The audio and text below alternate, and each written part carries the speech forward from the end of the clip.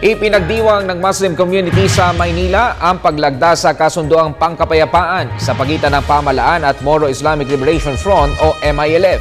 At para po sa detalye, nasa Quiapo, Maynila ang ating kasamang si George Mandola. Live!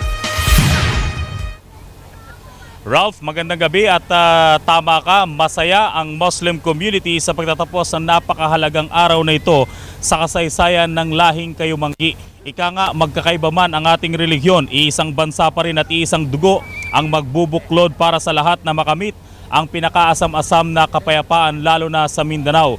Simula pa kaninang umaga ay nagsagawa na ng mga programa ang ating mga brother Muslim dito po sa pinakakanto ng Globo de Oro at ng Gunao Street po sa harapan ng Manila Golden Mosque and Cultural Center sa lungsod ng Maynila. Ito po ay malapit lamang sa Quiapo at ang programang ito ang siyang naggudyat din para sa pagtitipon-tipon ng ating mga kababayang Muslim mula na rin sa iba't ibang mga lugar tulad ng Baguio, Tarlac, Pangasinan, maging sa bahagi o ng Rizal, Cavite, Batangas at mga lungsod dito sa Metro Manila, lalo na sa Taguig, sa San Juan at sa Mandaluyong City.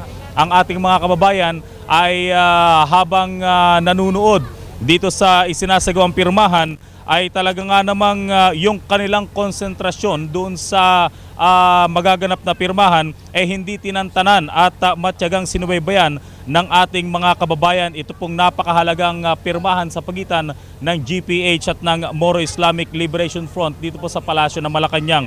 Sa kabila nito, tuloy ang pagnenegosyo ng ating mga brother Muslim mula sa kanilang mga bibig. Narinig ko ang kanilang mga kasiyahan at ang kanilang hangarin na mapahalagahan ang kapayapaan at pagkakaisa ng bansa. Narito ang magkakasunod na pahayag nina Imam Harun Angne, Alim Abdul Nasad, Sara Tumawis at Nurhata Bangon.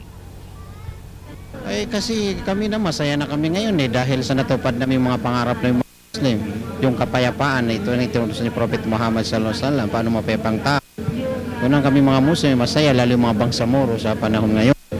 Sana magtuloy-tuloy na lalo yung pag-unlad ng ekonomiya, no? Sana tapos na kasi yung gobyerno at saka yung Bangsamoro nakasundo para sa kapayapaan ng kapwa natin Pilipino. Hindi para sa mga Muslim kundi sa pangkalahatan nito naman ng kapayapaan.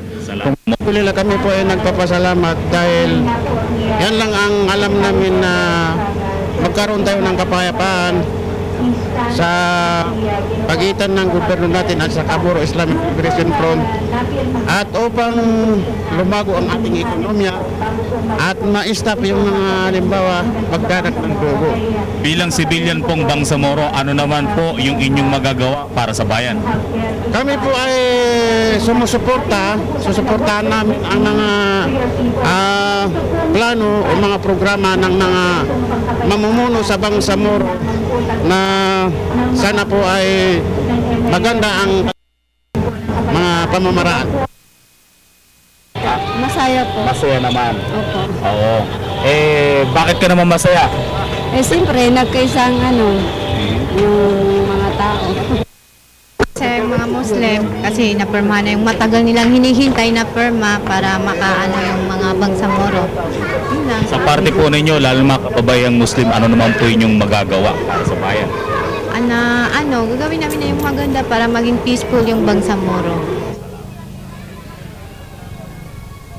Pero sa kabila nito mga kaibigan ay hindi pa rin naman mawawala yung ilan nagpahayag ng bahagyang kasiyahan lamang. Pero nangako mga itong isa sa katuparan ang nilalaman ng agreement para sa tunay na pagkakaisa sa Mindanao pero nakabantay pa rin daw sa bubuing bagong Bangsamoro entity.